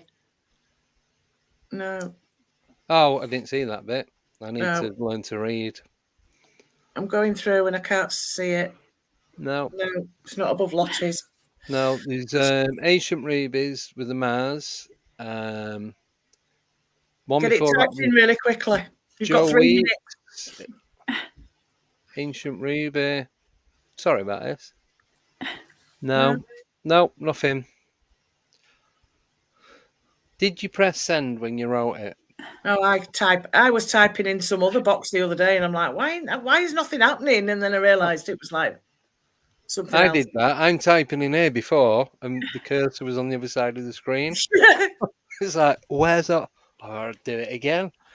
No. Oh, come on. Oh, I can hear a dog. I do. I'm sorry. My German Shepherd just walked up to my it's door. fine. I hit the mute button. I love a German Shepherd. Thank you. Is he like 6 foot tall when he stands on his back legs? She's huge. She's only 3, I think. Yeah, she's a big girl. Yes. Oh, I love her. Huge. We had a mate that had one, and when he used to come for a hug as soon as I turned up, and he was like, his head was above mine. He was so big. Oh yeah, they're huge. She's Like getting a there. bear. Yeah. No, he's not. Right. Well, he's No, right. no. Anyway, Oh, Nickname wants to know if we can see your German Shepherd. No, not right now. I'll put a picture online. Okay. Yeah. If I let her in, she would knock my computer over and pull all my cords out. Cause So, chaos. Yeah, yes. game over. I'm sorry. She'd jump on me and lick my face, and it would destroy everything that's sitting in here. Right. V's just put, can you see it? And I've got nothing. It's YouTube again being Temperamental. Will be nice and say temperamental. temperamental. That's the word. Yeah, Well, I've got other words, but I'll get shut down straight away. temperamental will do. Right. Sorry, V. What I'll do then, I'll get V to send me the message, and I'll email it across to you. Is that okay? Okay. Absolutely. Yeah, Yes. I'll do it that way, Yes. and then I'll send it back to him. Yeah, that sounds like a plan. Thank you. Perfect. No worries. Brilliant. Thank you for that. Yeah. Right. Thank you for coming on. It's been absolutely. I've been mesmerised for 2 hours of absolutely love. I can't believe how quick it's gone. It's gone by so fast. Thank you all for having me on. This has been so much fun. I appreciate it. Yeah. Yeah. Well, you're welcome back anytime. Thank you. Thank you. Amazing.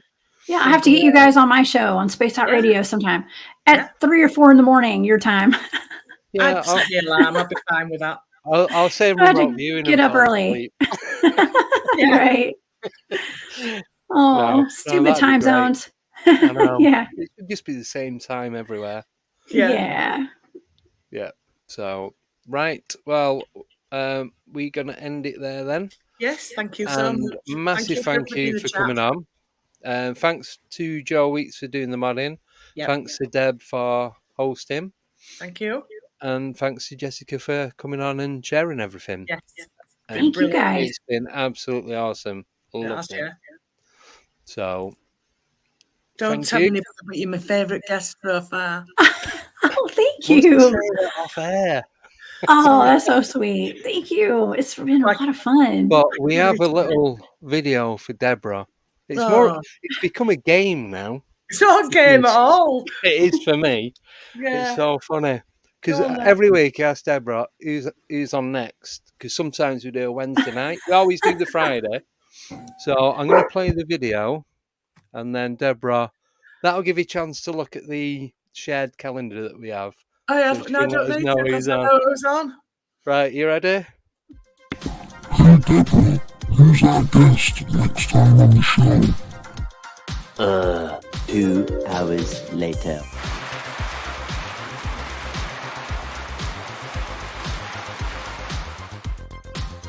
I have no idea.